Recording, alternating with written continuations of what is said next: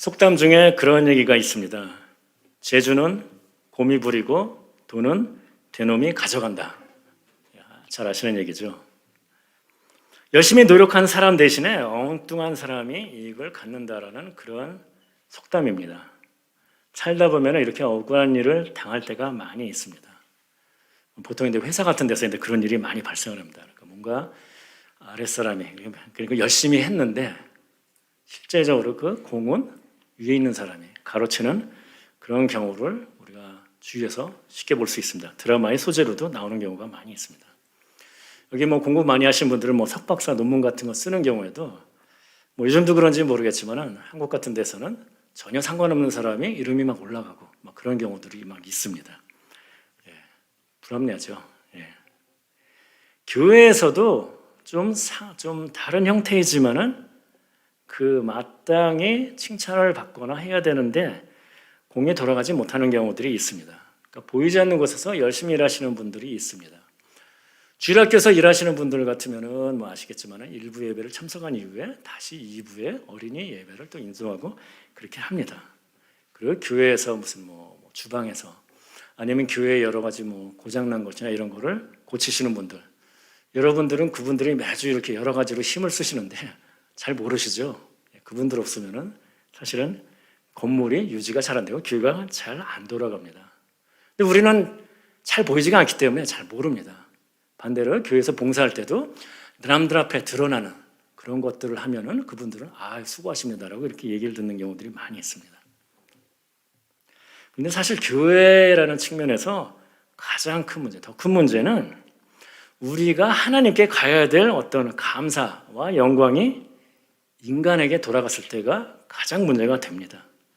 본인이 이렇게 여러 가지 얘기해서 그런 경우도 있고 아니면 주위에 다른 사람이 얘기해서 훌륭하십니다. 잘하셨습니다. 이렇게 얘기하는 경우가 있는데 그게 하나님께서 이루신 것이죠. 내 노력으로 된 것이 아니라 내 능력으로 된 것이 아니라 물론 시행하는 거는 나이지만은 그러한 능력을 주시고 은혜를 주신 것은 하나님입니다. 그런데 마땅히 하나님께 가야 되는 감사와 영광을 하나님께 드리지 않고 내가 인간이 가로챘을 때 이것은 굉장히 커다란 문제가 될 수가 있습니다. 오늘 본문은 이사야서의 예언입니다. 그래서 이스라엘 백성들이 하나님 앞에 죄를 지었을 때 심판의 내용들이 나옵니다. 너희들이 나중에 멸망할 것이다. 그러니까 유배를 갈 것이다라는 얘기를 하고 오늘 48장에 보면은 하나님께서 이제 새 일을 행하실 것을 약속을 해주시고 오늘 본문이 나오는 이 세 구절을 통해서 왜 너희들을 다시 돌아오게 할지에 대해서 얘기를 하시는데 그것을 하나님의 영광이라는 측면에서 설명을 하고 있습니다. 그래서 오늘 본문을 통해서 왜 영광이 중요한지 그리고 오늘 설교 제목처럼 왜 우리 삶의 목표가 하나님께 영광이라는 것이 되어야 되는지를 함께 생각해 보도록 하겠습니다. 첫 번째는 인간의 존재 이유가 하나님의 영광을 위해서이기 때문입니다. 인간이 존재하는 이유는 하나님의 영광을 위해서.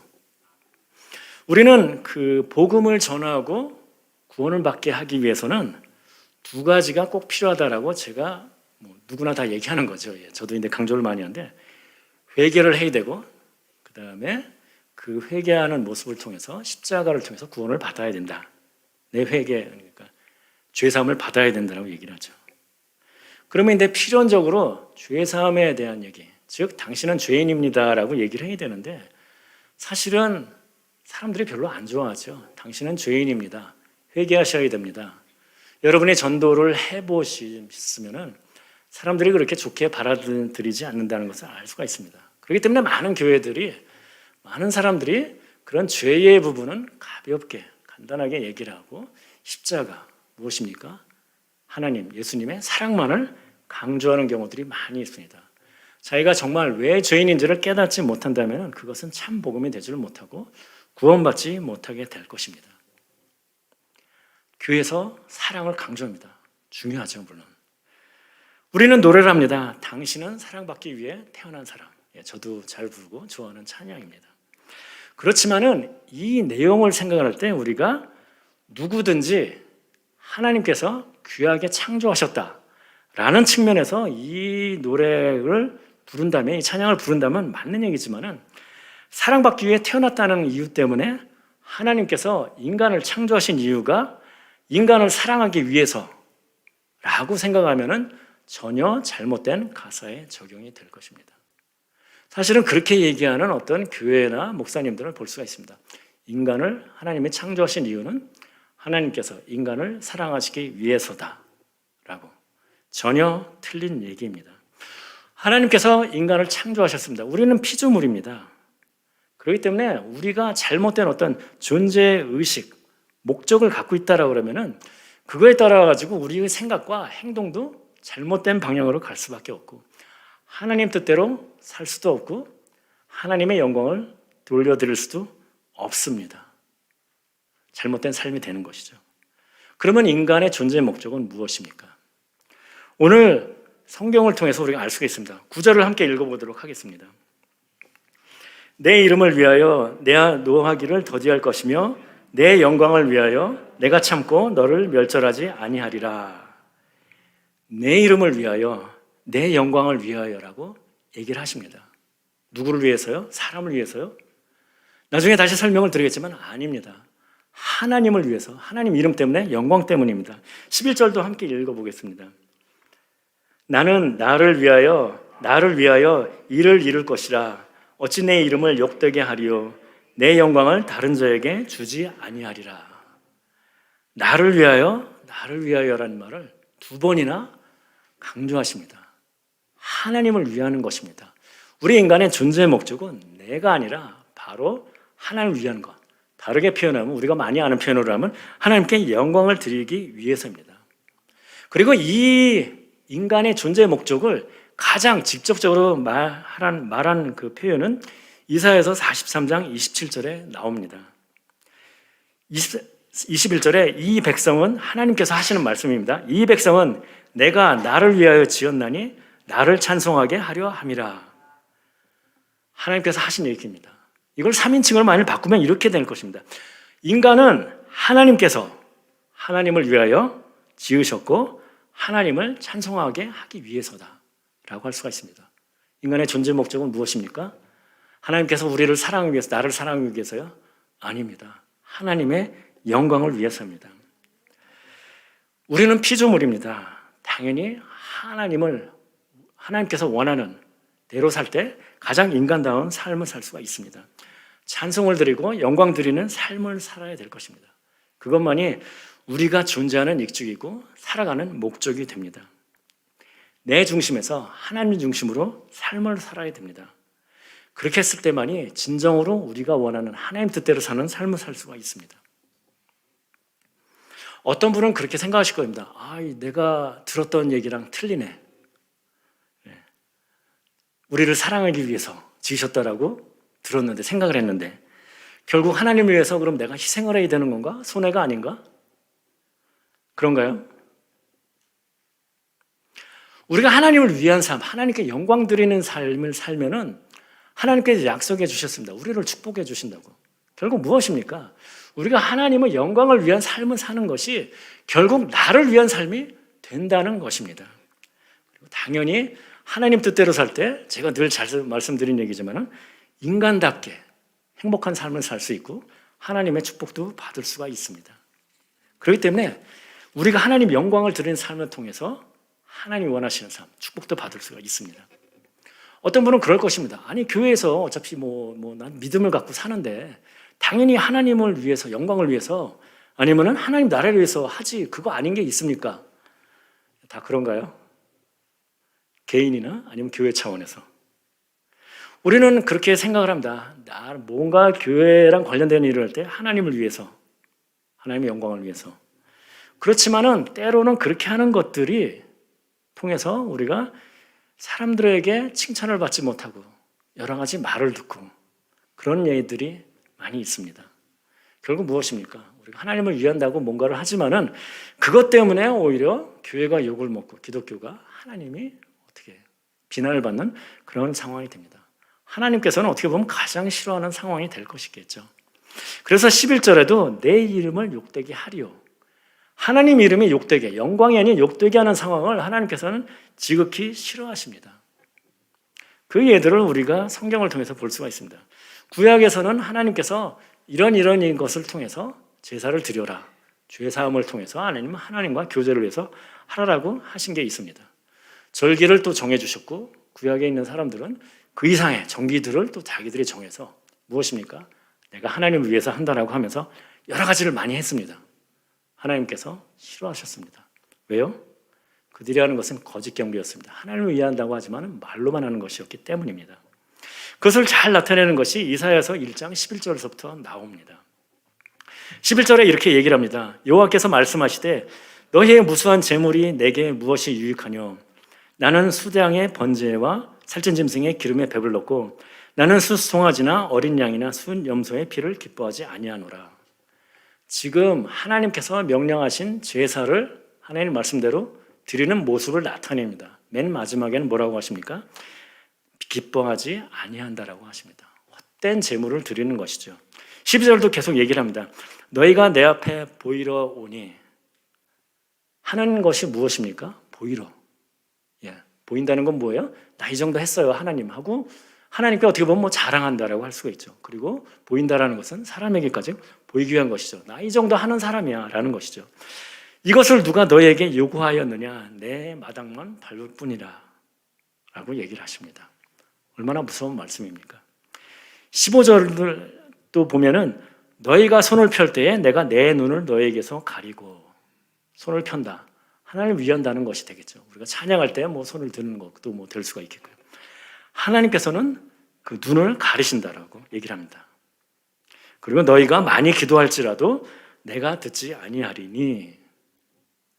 우리가 기도를 많이 합니다. 기도하는 목적이 무엇입니까?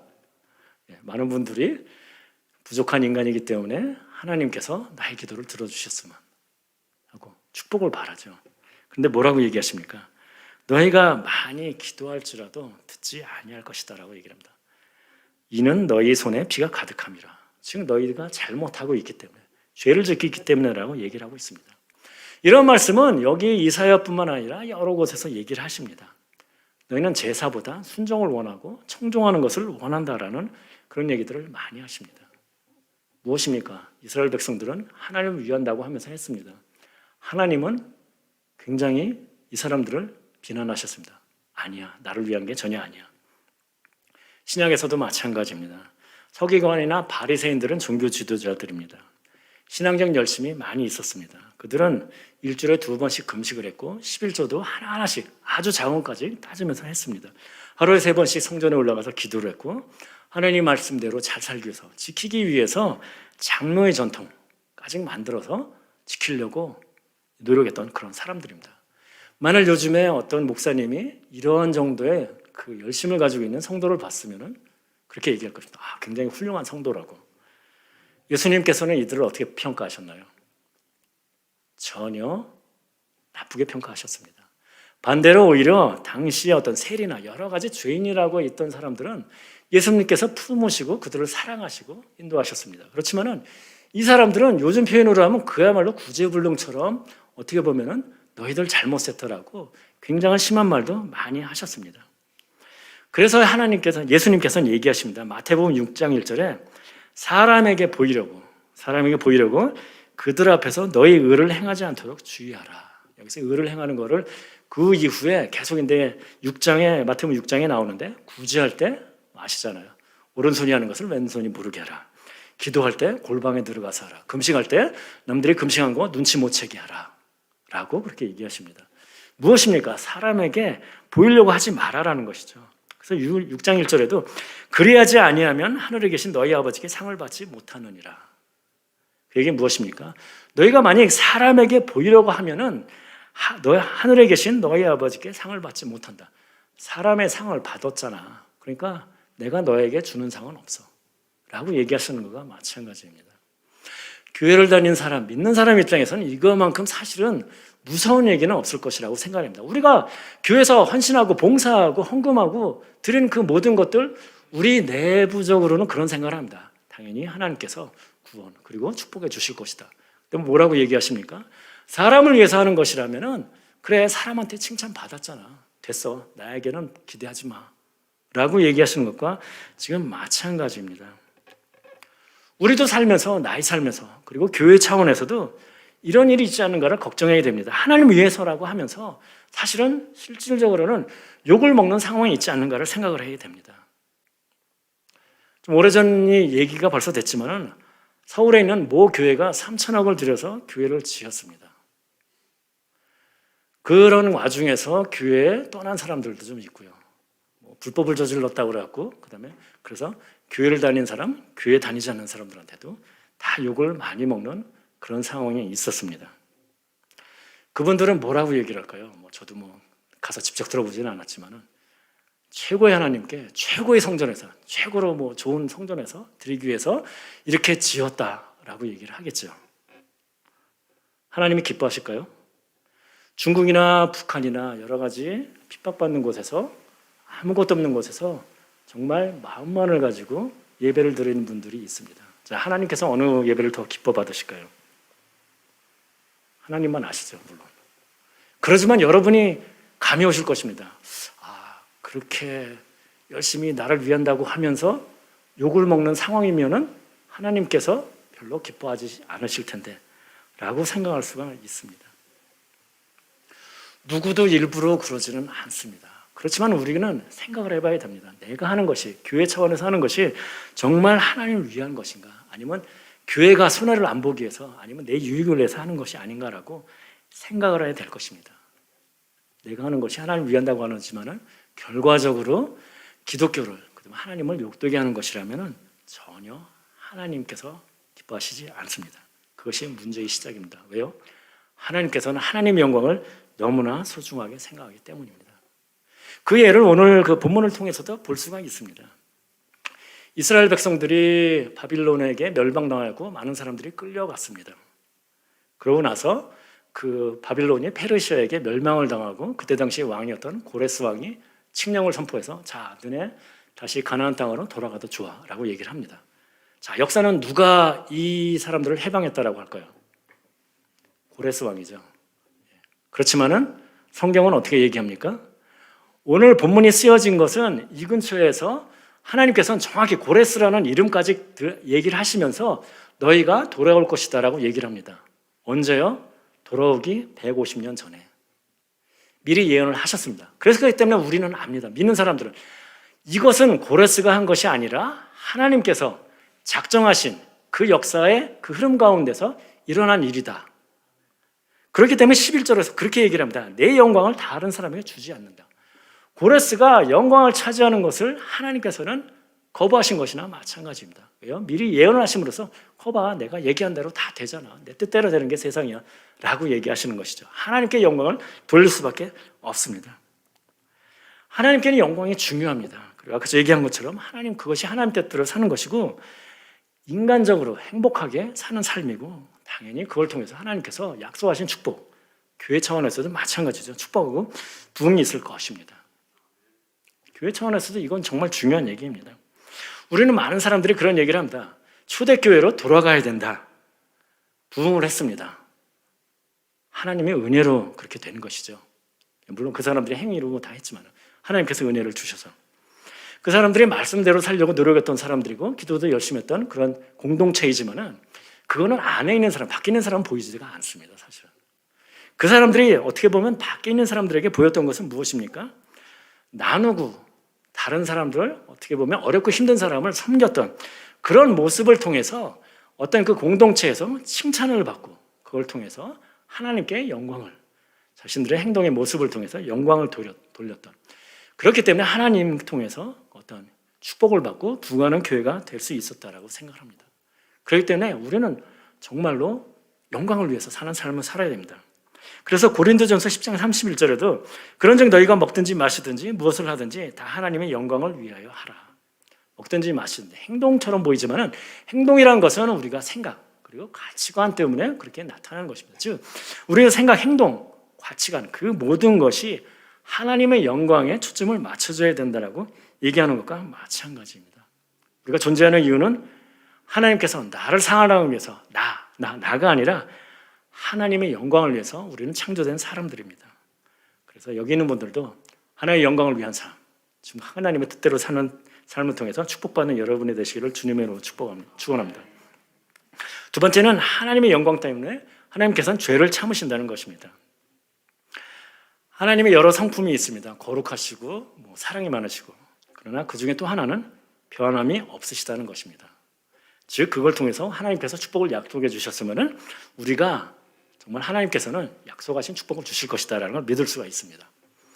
자, 그러면 질문하겠습니다. 하나님께서 마음을 정하셨습니다. 바꾸실 수 있나요? 예, 이렇게 질문할 때는 바꿀 수 있나 보다 생각을 좀 하셔야죠. 안 바꾸십니다. 그렇지만은 바꾼 케이스가 있습니다. 어떤 경우였나요? 그리고 몇 번을 이제 제가 예를 들어 드릴 텐데 공통점은 무엇인가요? 오늘 본문을 통해서도 우리가 볼 수가 있습니다. 9절에 보면은 노하기를 더디하신다라고 얘기를 하십니다. 그건 이유는 무엇입니까? 하나님의 이름 때문에. 이름이라는 것은 이름을 나타내는 것이 성품이고, 그분의 성품이고 인격이고 능력입니다. 그리고 당연히 영광을 나타내는 것입니다. 멸절하지 않으십니다. 왜요? 내 영광을 위해라고 얘기를 하십니다. 하나님께서 참으시고 멸절하지 않으시는 이유는 하나님의 영광 때문입니다. 영광 때문에 우리 죄를 참으시는 것이죠. 하나님께서는 죄를 정말 싫어하십니다. 그래서 죄의 삭은 사망이라고까지 얘기하셨습니다. 그렇기 때문에 우리가 사실 죄 해결을 해야 된다, 구원받을 때라고 얘기를 하는데, 그렇게 하나님께서 싫어하시는데도 불구하고 하나님께서는 그 죄를 참으십니다. 왜요? 영광 때문에. 자, 그 예를 이제 좀 들어보도록 하겠습니다. 창세기 18장에 보면은 소돔과 고모라 얘기가 나옵니다. 루스 조카가 그 동네에 살았는데, 아브라함이 하나님께서 그 소돔과 고모라를 멸망시키려는 것을 알았습니다. 그러니까 아브라함이 하나님께 얘기를 합니다. 그래서 18장 25절에 보면은 주께서 이같이 하사 의인을 악인과 함께 죽이심은 부당하오며 의인과 악인을 같이 하심도 부당하니이다. 세상을 심판하시는 이가 정의를 행하실 것이 아니니까. 무엇입니까? 소돔이 죄를 지었으며 그래서 멸망하기로 하셨습니다. 근데 아브라함이 얘기합니다. 만약 거기에 의인이 50명이 있으면은, 아니 의인 50명도 마저 같이 죽이실 예정이십니까? 그러면서 이제 하나님께 이제 뭐 기도를 하는 거나 마찬가지예요. 요즘 기준으로. 그래 50명만 있으면 내가 멸망 안 시킬게. 아브라함이 얘기합니다. 45명. 그래도 불안합니다. 40명이면 30명, 20명, 10명까지 내려옵니다. 10명의 의인이 있으면은 그 10명 때문에 그 소돔과 고모라를 멸망시키지 말아 주십시오라고 얘기를 하죠. 하나님께서는 그 과정에서 계속 오케이 하셨습니다. 처음에 말씀하셨던 거를 돌이키시는 거나 마찬가지죠. 이거는 무엇입니까? 세상을 심판하시는 이가, 당연히 심판은 나쁜 짓을 한 사람, 악인에게만 적용되는데 왜 그 의인까지 하실 것입니까? 사람들이 뭐라 그럴까요? 라고 얘기하는 거는 마찬가지죠. 즉 사람들은 그런 모습을 보시고 하나님 정의롭지 않으십니다라고 하시겠죠. 라고 얘기할 것이기 때문에 그렇게 하지 말아 주십시오. 그 정의롭지 않다라는 얘기 때문에 하나님께서 마음을 돌이키십니다.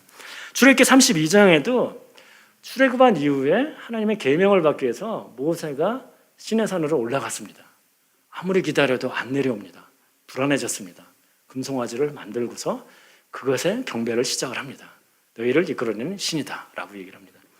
하나님께서 화가 나셨습니다. 그래서 마찬가지로 내가 이들을 전부 멸절하리라 라고 합니다. 그때 모세가 또 나서서 얘기를 합니다.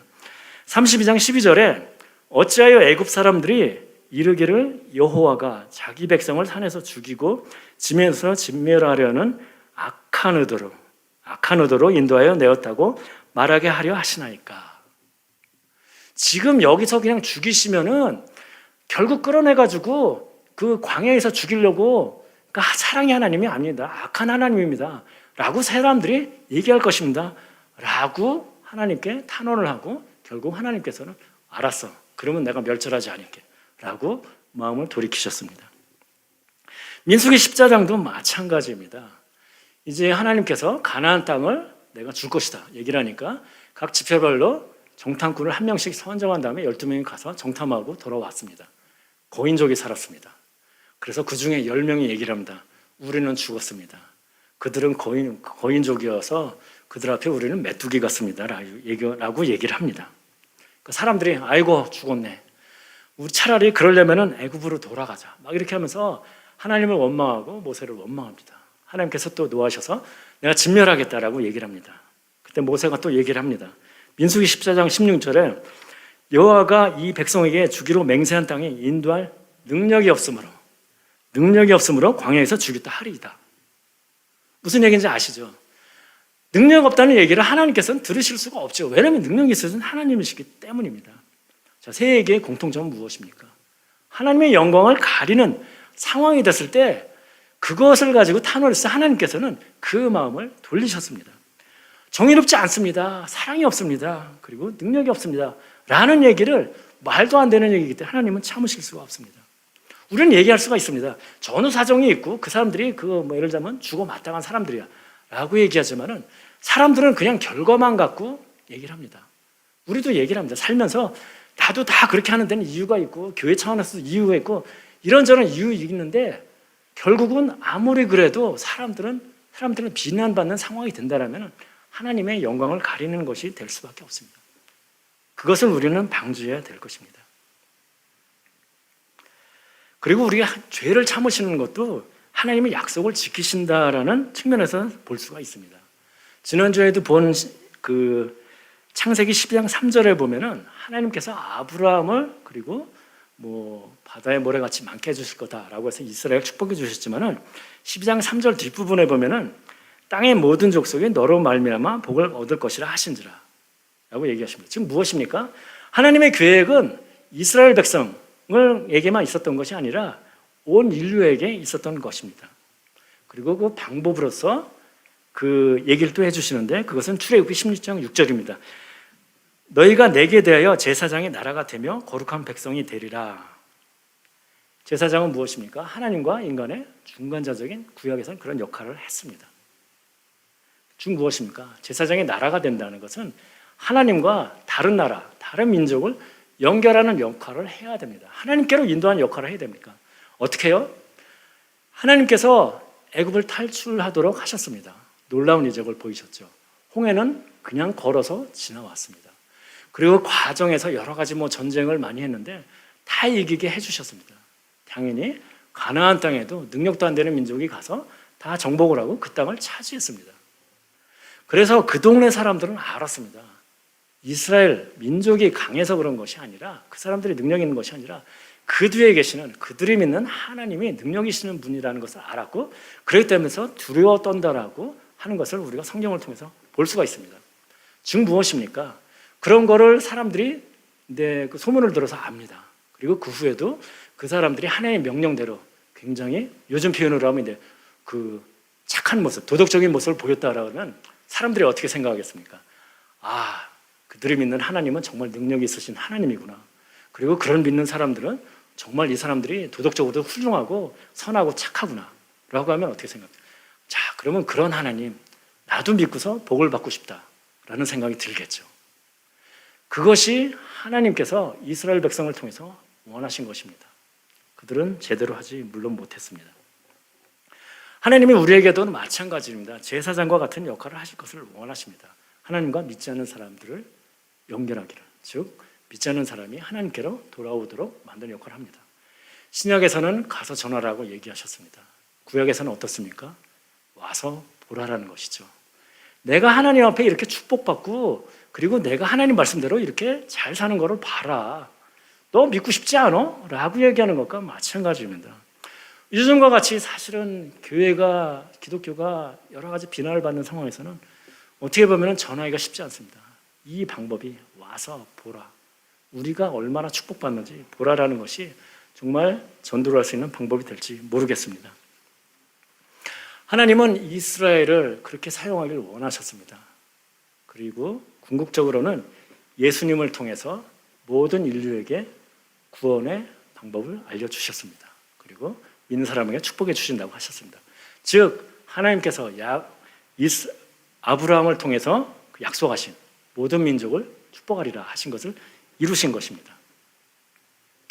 하나님께서는 참으십니다. 그 이유 중에 하나는 하나님께서 약속하신 그것을 이루시기 위해서. 왜요? 하나님의 영광 때문에. 자, 하나님의 말씀을 바꿀 수 있는 방법이 있다라고 여기고 그것이 하나님의 영광의 그 잘못 반대되는 것이면은 통해서 얘기를 했습니다. 그러면 어떤 분은 그렇게 생각하실 것입니다. 그러면 나도 앞으로 기도할 때는 하나님의 영광에 가려지는 것이니까 하나님이 주셔야 됩니다 라고 기도를 해볼까? 조심하십시오. 잘못 기도하면 큰일 날 수가 있습니다. 저도 그렇게 이 사실을 알았기 때문에 기도한 적이 있었습니다. 잘 안 됐습니다. 정말 제 입장에서는 하나님이 들어주실 수밖에 없다라고까지 생각을 했는데 그렇게 안 됐죠. 이유를 생각해 보면 이유는 간단했습니다. 저는 나를 위해서 기도를 했습니다. 하나님께서 들어주셔야 됩니다. 그렇지만 나를 위한 것이었어요. 내 앞에서 든 세 가지 예는 무엇입니까? 나를 위한 것이 아니었습니다. 타인을 위한 것, 이스라엘 백성을 위한 것이었습니다. 그렇기 때문에 우리가 이것을 만약 혹시 여러분이 적용하시겠다라고 생각할지라도 조심하십시오. 여러분을 위한 것보다는 다른 사람을 위한 그런 방법으로 사용하시기 바랍니다. 저는 지금도 기도할 때 그런 거를 남을 위한 기도죠, 물론. 그렇게 하는 경우가 있습니다. 하나님께서는 우리 죄를 참으십니다. 그 이유는 영광 때문입니다. 그렇지만은 하나님께서는 죄를 싫어하십니다. 그래서 뒤에 있는 얘기를 하겠지만은 여러분께서 하나님 원하시는 삶을 통해서 참으신 하나님, 끝까지 참으시지만은 그래도 그 죄를 범했을 때 결과가 있다는 것을 생각하시면서 뜻대로 사는 여러분이 되시기를 축복합니다. 세 번째는 영광을 위해 단련과 고난을 주십니다. 10절을 함께 읽어보겠습니다. 보라, 내가 너를 연단하였으나 은처럼 하지 아니하고 너를 고난의 풀무에서 택하였노라. 9절에는 노하기를 더디하시고 멸절하지 않는다라고 하셨는데 그러고 나서 그냥 없던 일로 하십니까? 그러지 않으시죠. 결과가 있게 이을 수밖에 없습니다. 참으시죠. 그 이유는 무엇입니까? 오늘 본문을 통해서 연단하기 위해서라고 얘기를 합니다. 이스라엘 백성들이 포로로 잡혀갔을 때는 그렇게 생각을 했습니다. 하나님께서 우리를 포기하신 것인가? 우리를 결국 이렇게 해서 그냥 민족이 멸망하게 하시는 것인가? 오늘 말씀을 해주십니다. 그렇지가 않다. 연단 차원에서 결국 너네가 연단을 받고 돌아오는 것을 원하는 것이다. 방법론은 어떻습니까? 은처럼 하지 않는다. 즉 심하게 하지 않는다는 그런 얘기죠. 은은 정련하는 과정에서 윤곽로에 들어가서 완전히 녹아지고 그리고 깨끗하게 해서 다시 나옵니다. 그 정도로 윤곽로에서의 겪는 것 같은 어떤 그런 고난, 고통이 있다라 그러면 버티지 못할 것입니다. 그래서 정확히 얘기해 주십니다. 고난의 풀무불이라고 얘기를 하십니다. 견딜만 하죠. 약한 것입니다. 즉 연단을 통해서 하나님께 돌아오라고 얘기를 하시지만은 그 연단도 하나님의 어떤 긍휼, 자비, 사랑을 나타내는 방법이 되는 것입니다. 그래서 고린도전서 10장 13절에도 사람이 감당할 시험 밖에는 너희가 당한 것이 없나니 오직 하나님은 미쁘사 너희가 감당하지 못할 시험 당함을 허락하지 아니하시고 시험 당할 즈음에 또한 피할 길을 내사 너희로 능히 감당하게 하시느니라. 감당할 시험만을 주십니다. 그리고 시험 당할 즈음에는 피할 길도 주신다고 얘기하십니다. 풀무불 정도의 고난, 즉 우리가 돌아오기를 기다리십니다. 직접 사실 어려움을 겪는 분들에게는 사실 어려운 얘기입니다. 정말 용광로 같은 그런 고통이다라고 생각하실 수가 있을 것입니다. 그래서 오늘 본문을 통해서 얘기하십니다. 내가 너를 단련하는 것은 풀무불 정도, 너를 위한 거야. 참고 기다려 라고 얘기를 하십니다. 그래서 여기 있는 모든 분들도 내가 힘들고 어려운 일을 있을지라도 그것이 영화한 것이 아니고 그 모든 것은 하나님께서 나를 사랑하기 위해서 하나님께 영광 드리는 삶을 살도록 하기 위해서 나를 연단하는 과정이다라고 생각하시면서 그것을 기쁘게 감내하면서 하나님 축복받는 여러분 되시기를 주님으로 축복합니다. 말씀을 마치고자 합니다. 우리 삶의 목표는 하나님께 영광이 되어야 됩니다. 그 이유는 하나님께서 우리를 창조하신 이유가 하나님의 영광을 위해서 지으셨기 때문입니다. 그리고 하나님께서는 또 그 영광을 위해서 우리를 참으십니다. 감사한 일이죠. 그리고 우리가 하나님께 영광을 돌릴 수 있도록 하기 위해서 연단과 고난도 주십니다. 사랑이라는 이유 때문에. 하나님께 영광은 굉장히 중요합니다. 그리고 그걸 하면서 우리는 겸손한 모습을 나타내야 될 것입니다. 하나님께서는 그렇게 얘기하십니다. 나는 약한 자, 부족한 자를 쓴다. 고린도전서 1장 27절에서부터 29절까지 하나님께서는 그렇게 얘기하십니다.